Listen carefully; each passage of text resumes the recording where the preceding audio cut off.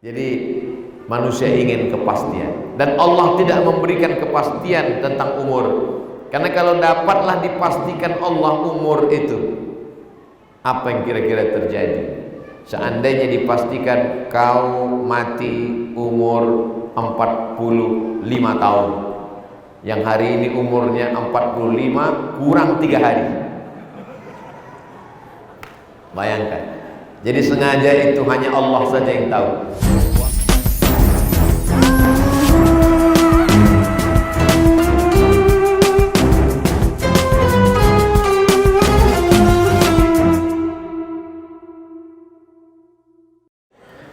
Orang yang bekerja di airport itu adalah orang yang paling siap menerima perpisahan, karena dia selalu melihat orang pergi silih berganti. Orang yang bekerja di airport, orang yang paling mengerti tentang hakikat hidup, karena hidup itu di detik ini jam 1.30 ini ada orang yang datang, di detik yang sama juga ada orang yang pulang, datang ke dunia, lalu kemudian ada yang meninggalkan dunia.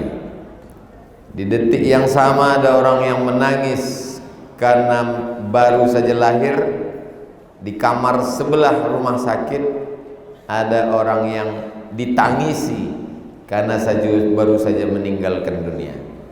Jadi hakikat hidup ini adalah datang pergi.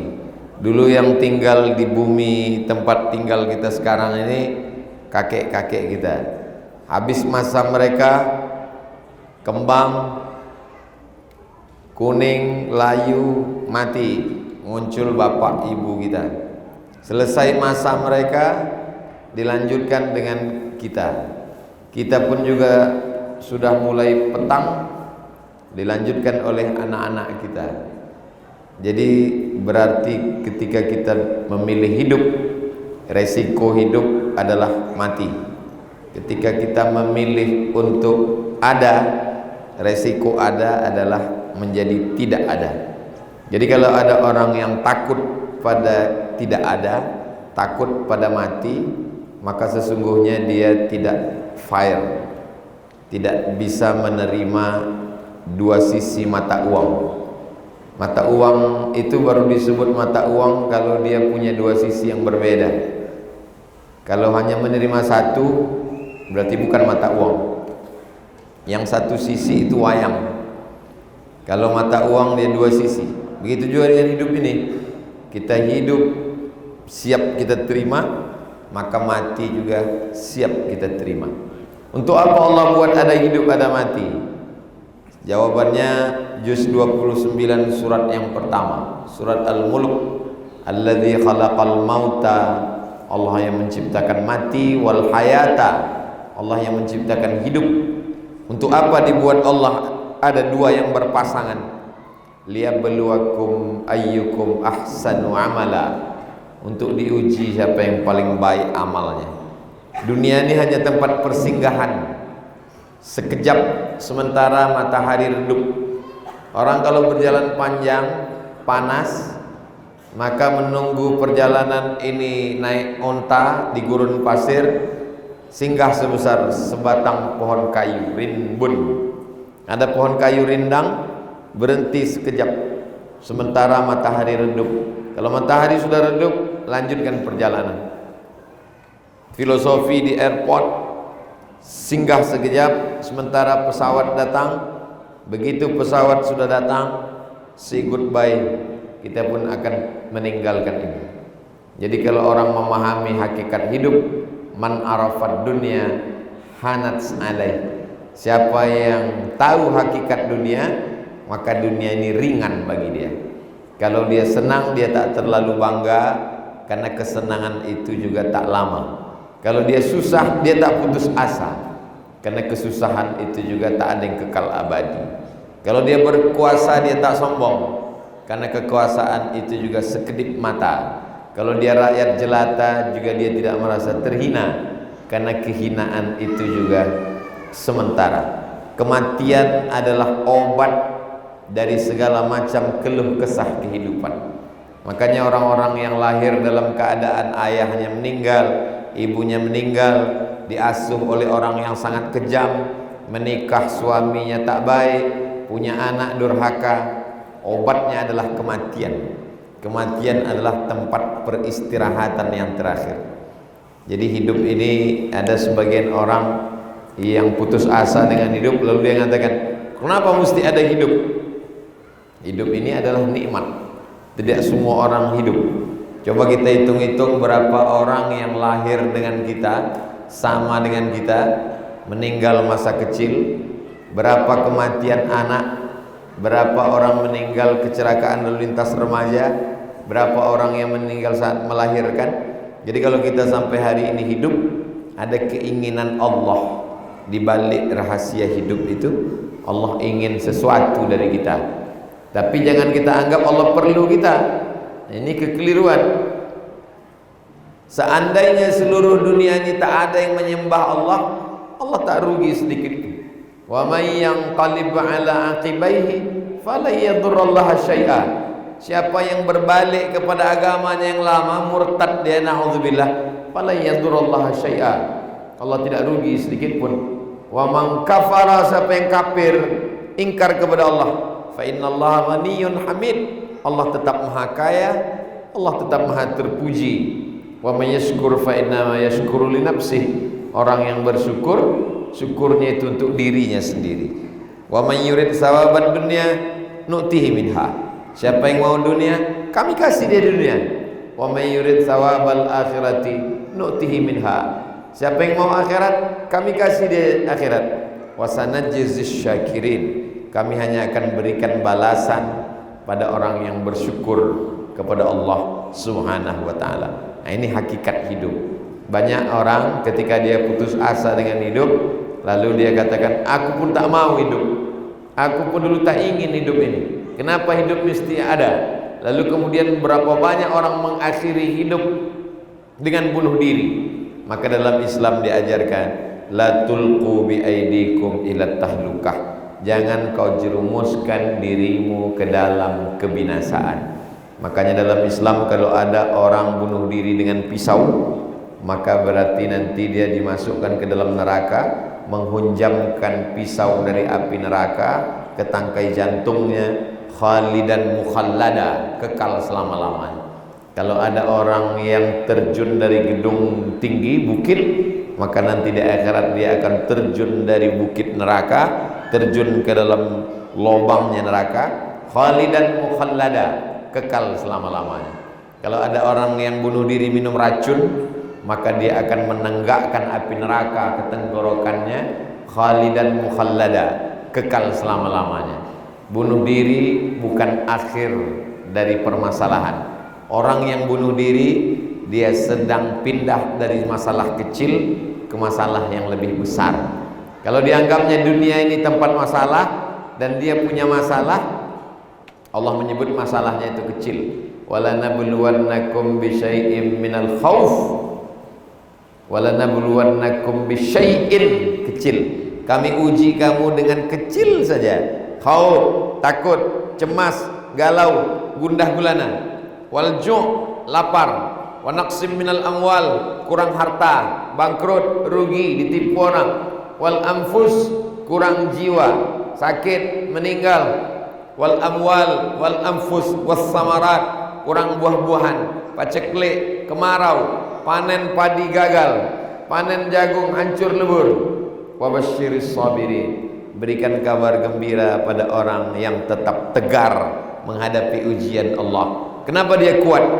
Alladzina idza asabatuhum musibah, ketika ujian itu datang, dia mampu berkata, inna lillah, semuanya datang dari Allah, wa inna ilaihi raji'un, dan semuanya akan kembali kepada Allah Subhanahu wa ta'ala. Jadi semakin canggih manusia modern sekarang, menganggap agama tidak perlu, bahkan ada yang meragukan masa depan agama.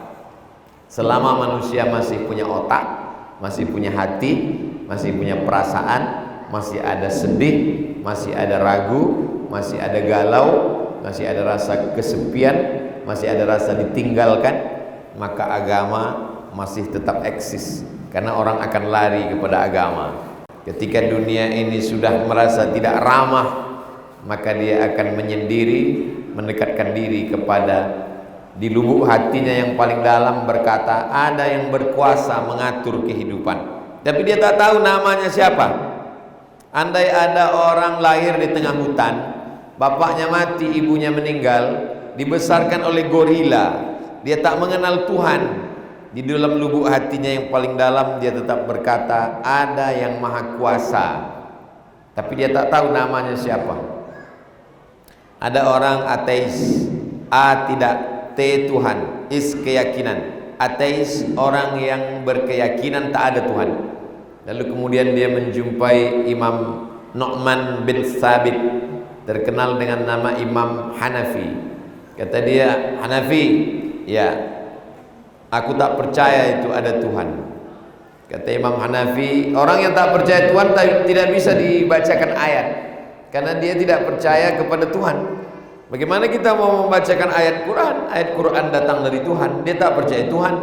Maka orang yang tak percaya Tuhan diajak dia berpikir, karena dia punya pikiran. Yang susah itu kalau kita ngobrol sama orang gak punya pikiran, nah itu payah. Kalau dia masih punya otak, bisa diajak bicara.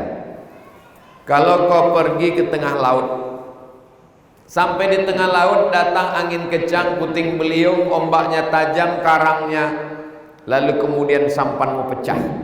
Ketika sampanmu pecah, air masuk ke dalam, dan kau hanya tinggal dengan satu keping kayu. Satu keping kayu di tengah samudera yang luas. Kakimu tidak menginjak dasar lautan, tanganmu tak bisa berpegang ke atas, tak nampak daratan, hanya engkau saja di tengah laut terombang-ambing. Apakah dalam hatimu yang paling dalam merasakan ada Dia yang maha kuasa? Kata dia, iya. Kita baru merasakan keberadaan Allah ketika kita sedang susah.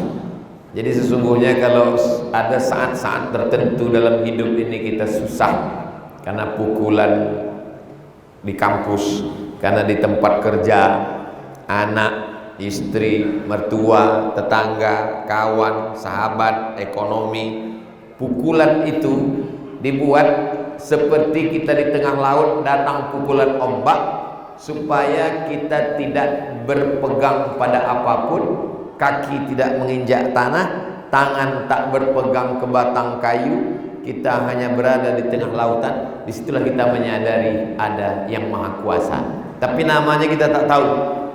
Bagaimana cara mengetahui namanya?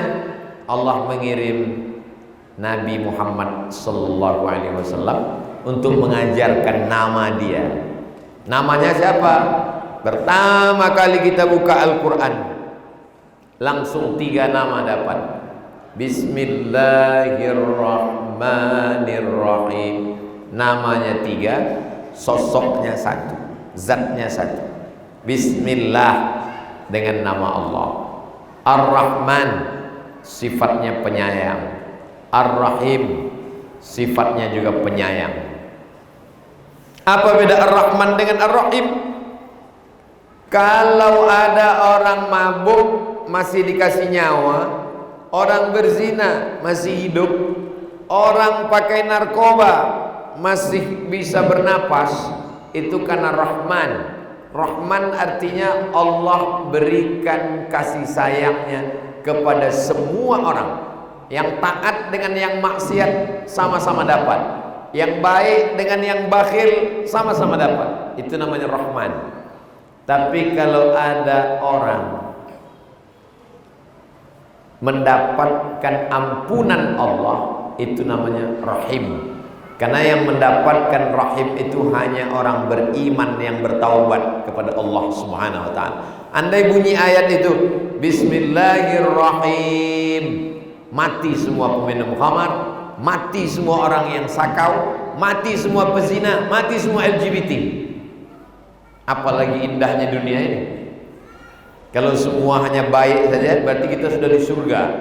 Dunia ini diciptakan Allah bercampur. Ada orang yang baik saja, berarti dia penghuni surga, dia malaikat. Ada yang jahat saja, berarti dia penghuni neraka, dia setan. Tapi ada orang yang baik, ada orang yang tak baik, ada yang kurang baik, ada yang agak baik, kadang-kadang baik. Nah, inilah dunia. Jadi kalau ada kawan kita itu hampir tak ada baiknya sama sekali, itu memang setan itu. Ya Allah Subhanahu wa taala tak mungkin tak ada baiknya. Sebaik-baiknya orang ada tak baiknya. Setak baiknya ada juga baiknya. Inilah dunia. Inilah tempat kita sekarang. Jadi banyak orang yang merasa salah tempat. Kenapa orang ini tak ada baiknya Pak Ustaz? Kita pun belum tentu juga seperti dipandang orang. Kita belum tentu seperti yang kita pikirkan. Menurut kita lah yang baik. Tapi menurut pandangan orang, kita pun ada juga tak baiknya. Jadi pertemuan ini kita sedang berpikir tentang hidup, bahwa hidup ini pemberian Allah, dimanfaatkan khusus pada bulannya bulan mulia, bulan Muharram, dan hari ini hari mulia, hari Jumat, dan diberikan Allah di saat yang mulia, yaitu hari Jumat di petang, saat mustajab. Kita diberikan kesempatan untuk sejenak, lebih kurang 60 menit, dari jam 1:30 sampai 1:30. Kalau ada yang mesti mendesak, mesti balik ke kantor, silakan, tak masalah. Semua pun balik tak apa-apa, asal kamera ini hidup. Saya bicara di depan kamera biasa, nanti bisa ditonton ulang di channel Ustadz Abdul Somad Official. Subscribe, like, share, and comment. Jamaah yang dimuliakan Allah Subhanahu wa taala. Jadi hidup ini dititipkan Allah ke saya. Kapan diambil Allah tak tahu kita. Di antara yang diinginkan manusia, kepastian. Manusia itu ingin kepastian. Laki-laki, perempuan, jalan ke sana, jalan kemari. Perempuan ingin kepastian. Kapan abang meminang aku? Kata si perempuan, kita jalan aja dulu deh. Nanti kalau ada yang lain yang lebih cantik, abang pindah. Perempuan ingin kepastian. Setelah menikah ingin kepastian. Suaminya tenang, istrinya tenang, tetangga ingin kepastian. Udah hamil bini kau. Lalu kemudian setelah kuliah, bapak dan ibu ingin kepastian. Kapannya kau kerja? Tak pernah ku tengok kau pakai seragam macam orang absek di airport tuh. Gagah kali dia ku tengok. Orang ingin kepastian. Karena manusia ingin kepastian, itulah mengapa selalu saya ceramah mengatakan saya tausiah 60 menit. Sesuai dengan tertulis di botol 600 ml. Supaya orang tahu, oh ternyata penderitaan ini akan berakhir dalam 60 menit. Karena banyak orang menganggap pengajian itu bukan majelis menuntut ilmu, tapi pelengkap penderitaan. Di jalan kena razia, di rumah di bawah tekanan istri, di kantor ditekan atasan, di masjid panjang pula isi khotib.